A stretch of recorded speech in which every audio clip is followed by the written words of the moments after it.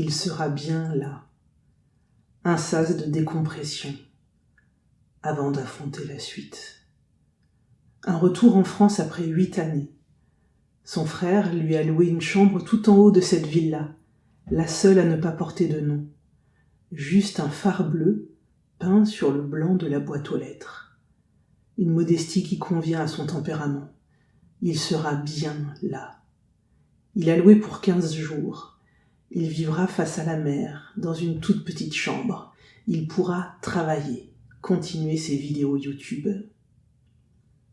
Il lui parle, à haute voix dans le micro. Il lui parle. Il s'adresse à elle, partie. À elle, il dit les mots qu'il écrit, les mots qui parlent d'elle, de son absence. Il lui donne présence à cette éternelle absentée.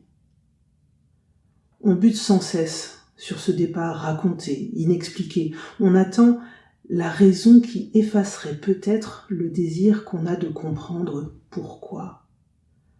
On lui a donné tous les traits, tour à tour brune ou blonde, jeune bien sûr.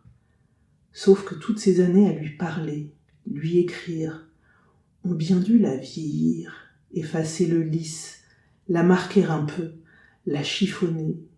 Le temps écoulé à mettre des mots sur ce qu'elle lui a laissé n'a pas altéré la puissance de ce qu'il crie vers elle. Et cette solitude, comme une condamnation, je ne l'ai pas rêvée. Il lui parle, il la rêve, il nous la rend proche à presque la toucher, et au dernier moment, il l'arrache. Il faudra s'en passer, juste l'écouter en parler, lui parler. Il lui parle, à haute voix dans le micro. Parfois, l'image prend le dessus et les mots qu'il a inventés perdent existence. Parfois, les mots captent l'attention au détriment des couleurs de l'écran. Cette image ou une autre, le vélomoteur dans la nuit de la ville surpeuplée sans personne pour y marcher. Des murs aux couleurs improbables. On attend qu'elle affiche son visage à l'écran, au moins sa silhouette, qu'elle se dévoile, qu'il nous la donne en pâture, l'infidèle, l'innocente qui se joue de lui, sourde à son appel, sa détresse. Il lui parle, à haute voix dans le micro, et c'est comme dessiner à la gomme arabique ou sur le sable son visage. Elle est là et pas là, c'est les deux à la fois. L'écriture. Un phare qui se dresse, qui accroche le perdu, qui rappelle au port, à bon port, ce qu'il n'a jamais eu. Un port bon, un lieu sûr, ouvert mais sûr, qui laisse partir et revenir. C'est à cause de ce dessin du phare bleu sur la boîte aux lettres qu'il a accepté de revenir. C'est ce que son frère a écrit en lui envoyant la photo. « Je crois que tu y seras bien ».